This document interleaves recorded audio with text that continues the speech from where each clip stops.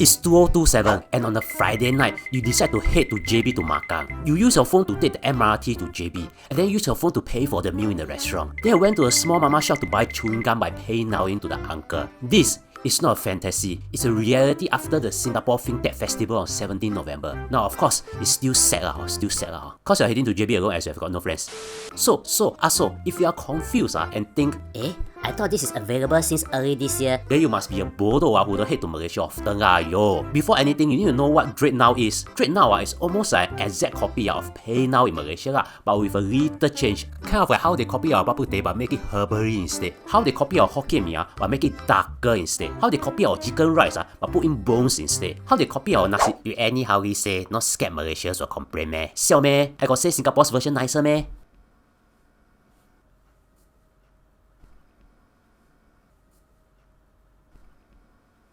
Singapore version is nice.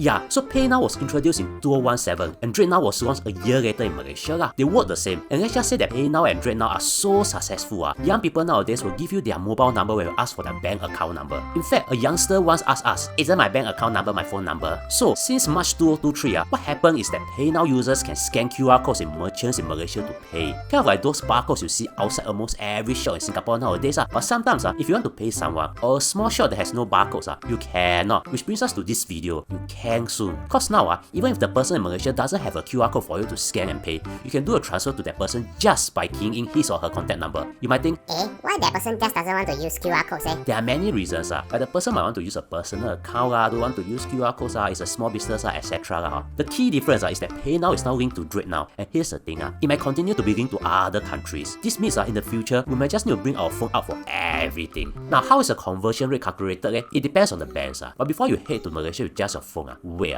it's not for all bank accounts. Yet, you need to have a liquid group, Maybank Singapore, OCBC, or UOB, and it will be available slowly. Yeah, I also don't know what liquid group is, but anyways. DBS will join at a later stage. There's a limit though. It will be capped at $1,000 or 3,000 ringgit daily.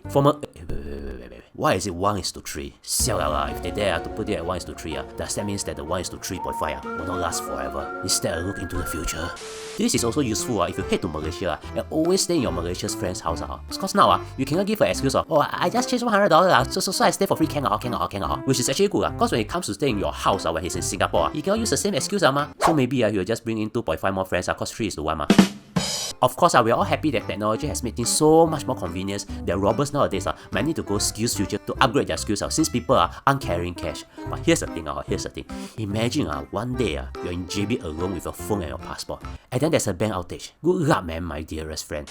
In the meantime, if you think you have learned something, consider subscribing and also watch this video to be slightly smarter.